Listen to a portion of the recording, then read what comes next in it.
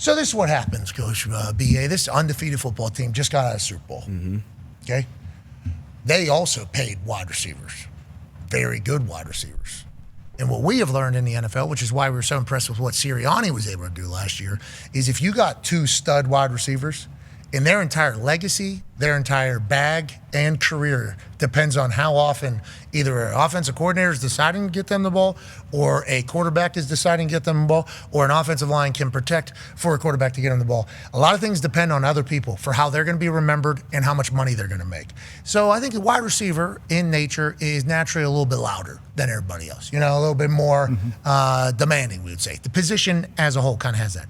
So balancing 2 superstar wide receivers as they were a run-dominant team last year, I thought Nick Sirianni did an incredible job with that. The wide receivers were actually the guys that dumped the Gatorade on Sirianni, Devontae and A.J. Brown. Then A.J. Brown gets targeted 9 times, has 2 receptions, and they don't complete a pass in the second half of a game in which they go to 4-0. A.J. Brown, who's a guy that we saw him go for 100-plus just a couple weeks ago, still got it, absolute beast. He puts out a tweet, says, if you're not welcomed, not listened to, quietly withdraw. Don't make a scene. Shrug your shoulders and be on your way. Now, doing all that does the complete opposite of everything in the middle of that particular take there, but he didn't outright say anything, so I think he's still good. He's just saying, worst people wouldn't do it the way I'm doing it right now, so good for me. Here's Nick Sirianni answering to A.J. Brown about his importance on the team. Yeah. Obviously A.J. is very important to this football team. I know he wants to contribute. And, do the things that he's capable of doing. But yeah,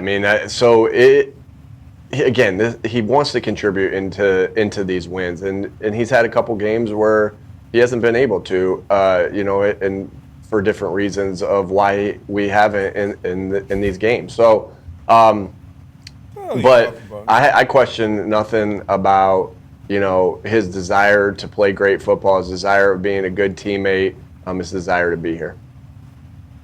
We'll go to Jeff Nyberg and then John McMullen.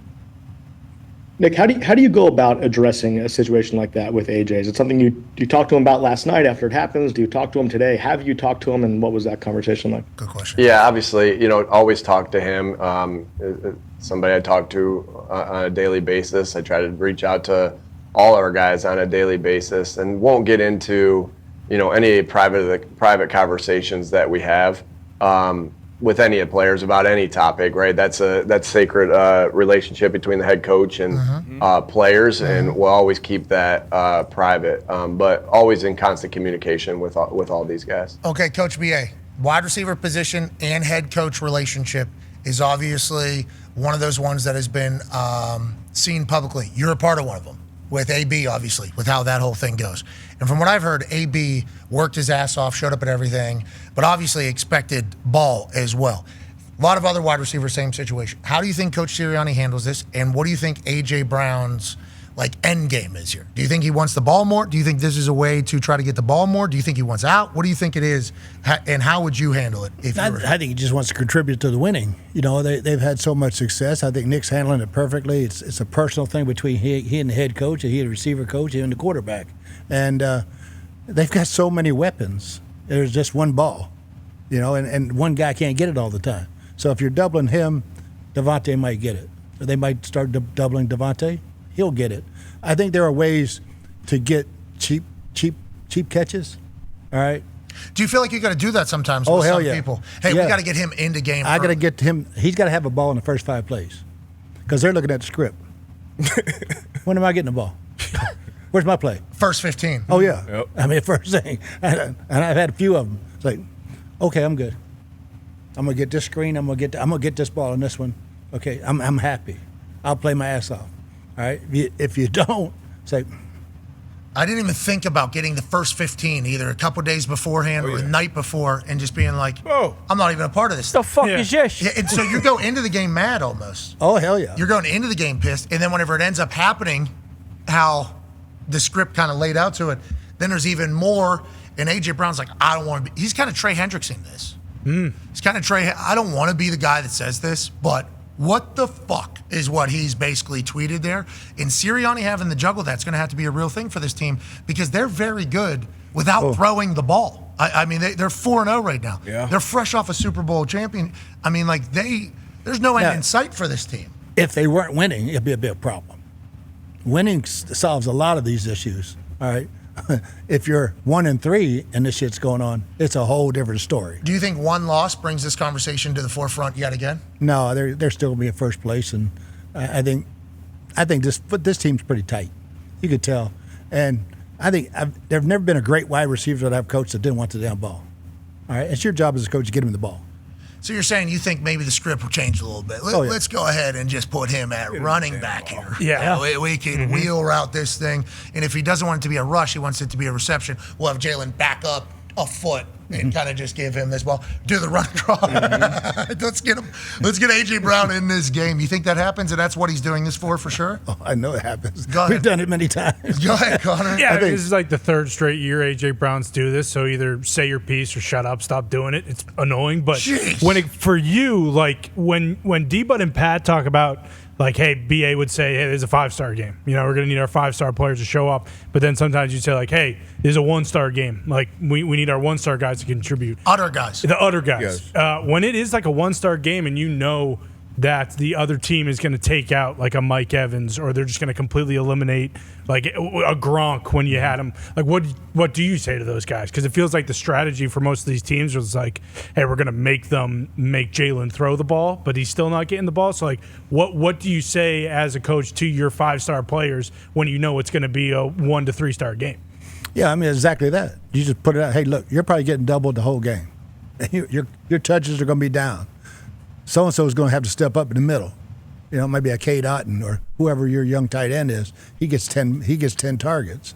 And I think now as a coach, too, you move those guys around where it's hard to double them, stack them, release them, get them little screen passes. Make anything. them be open. Just get them the damn ball somehow. So I saw the Vikings and Steelers do that this weekend. Justin Jefferson was force-fed the ball. DK Metcalf was force-fed the ball. And I love seeing it, AJ, because too often, I don't want to poke fun at play callers or offensive head coaches. Too often it feels like, well, they just took that guy out of the game. It's like, the guy's really good. Can we just not get him the ball? It sounds like BA's like, there is definitely a conversation to be had about getting these guys the ball even whenever we can't. I like that the Steelers and the Vikings did that this weekend. I hope that continues. Now, Justin Jefferson's going to get He had 18 catches in the first half or something. Yeah, like 25 targets or something. And they go into the game saying this guy can't get the ball. So KOC definitely does that, but like DK getting force-fed the ball. The studs getting force-fed and offensive coordinators making them get the ball happening around the league, I think feeds into A.J. Brown going like, we can definitely figure out how to get me the ball here. Puka. Yeah, Puka Nakua's getting rocked. Devontae's getting the rock. If they win, though, who cares is how everybody views it, I guess, A.J. Yeah, as long as you win, things can get they do get kind of swept under the rug. It'll eventually, I mean, if it continues to go on and on, he's not getting the amount of targets he feels he deserves. Yeah, it could be an issue, but I mean that's the problem about having a good team. It's a good problem to have as a coach, I guess, when you have a lot of talented players that they all need and want the ball. But BA is right. You could find a way. I would imagine a guy like A.J. Brown, any stud receiver, would appreciate when a coach finds ways to get him the ball easy early on in the game. I think of it more from a quarterback's perspective, like imagine a young quarterback and having that kind of pressure of trying to force feed the ball to certain stars. I can imagine that would be an issue. I don't know if BA had to deal with that at all as a coach, but for a young QB to have one or two guys that somehow will continue to be unhappy if you don't push them the ball enough, what does that do to a young guy? No, it's hard, man. With those young guys in the huddle and that guy's looking at you, like, yep. I'm going to be open, dude. Right? No, you're not. You guys say, no, you're not, bro. They're doubling you. It's like, throw the damn thing anyway. I'll get it. Okay, so there was a moment, I think Costanzo tackle jumped off sides on a play. Mm-hmm. Play was designed for Reggie to get a touch. I forget what. The play was like Reggie has a walk-in touchdown. And the way Costanzo tells the story is he jumped off sides. Oh, my God, what an idiot. Then he gets back to the huddle. He already wants to physically damage himself, because that's how he is. And he's in the huddle, and then Reggie's just sitting there basically in the huddle, just like looking at him. And it was at that moment Costanzo realized, I fucked this guy too. Yeah. It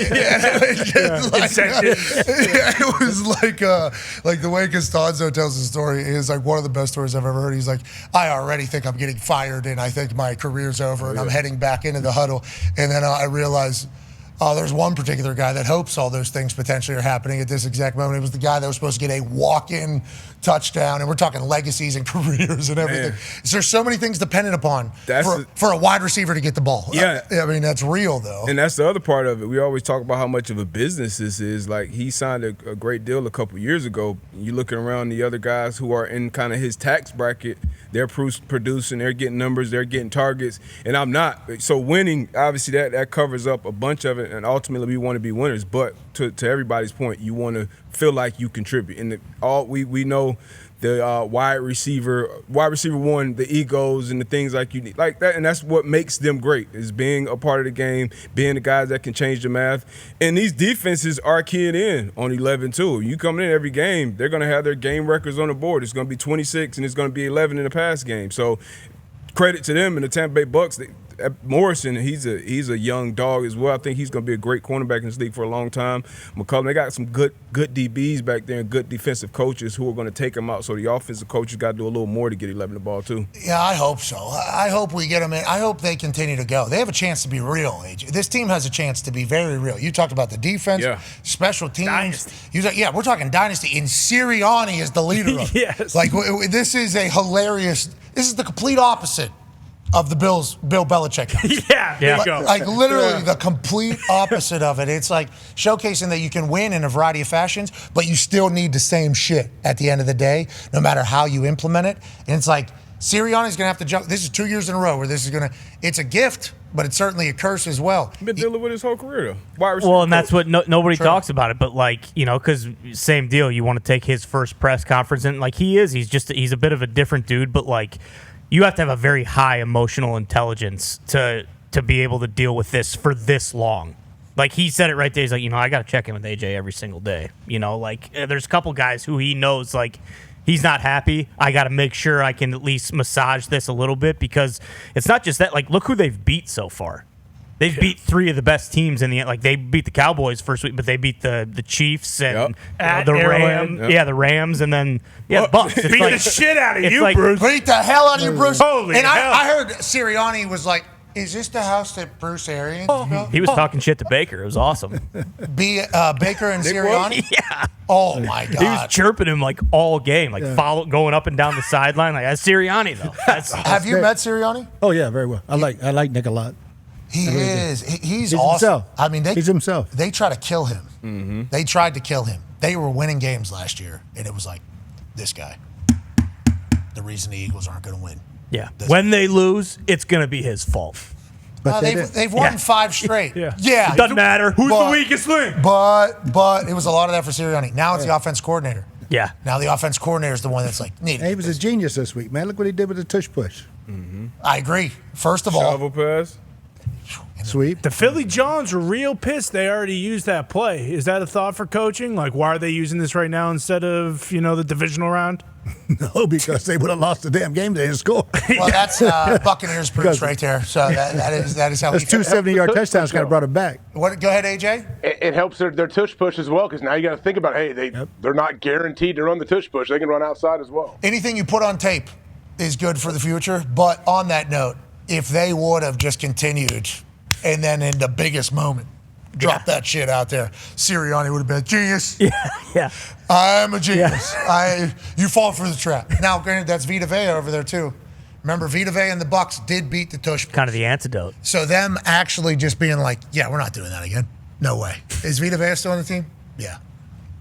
He's so. Oh, remember, we beat Levante David said, we handled the tush push. We'll be ready for it. We'll try to do it again or whatever. And that's like I assume the Tampa Bay Buccaneers defense is very proud of that. Like, oh yeah, this play that was going to change rules of games because nobody could stop it, we stopped it. And then all week, Sirianni's like, look at them down there. They're going to, we got it. Yeah. And then just hook, line, and sinker. Yeah. We're going around. Wait till you see what we do. Yeah. Wait till you see what we do. Genius, man. And then A.J. Brown's like, can we not have put me in there, maybe? Yeah. Hand me the ball. Okay, couldn't I have done the little skippity doodah in there instead of the guy you just paid 2 years early in the entirety of it all? Good luck to the Eagles. With the expectation after all of this happens and he puts out that tweet, like, would you expect A.J. Brown to have 10 catches for 150 yards next week? Yes. I would at least 10 targets, whether or not he gets 10 catches, but the ball's coming his way for sure. This is like when OBJ joined the Rams. Remember, like the first drive was just Stafford to OBJ every single play. Antonio Brown to the Patriots, I think. Same exact thing. Yeah, it was like 5 catches and a touchdown on the opening drive in Miami. There is a statement that can be made to these guys like, hey, you are a very vital piece of this entire thing. Even though if the rest of the game we're not able to, because we got Saquon Barkley back here and we got the offensive line, you're saying, extend a relationship or an olive branch and saying, hey, we still appreciate you and we're going to need you through this. Because you never want them to give up, right? Never want them to stop. No. Even clear out routes, blocking. You never want your stars to just say, what am I doing this for? Am I just here at track practice? The hell am I running 70 yards a clip every time if I'm never going to get the rock? You can see why they're upset, but also they're undefeated. Yeah. So it's hard, Doesn't really matter. Yeah, it's a really hard thing to kind of go to bat for.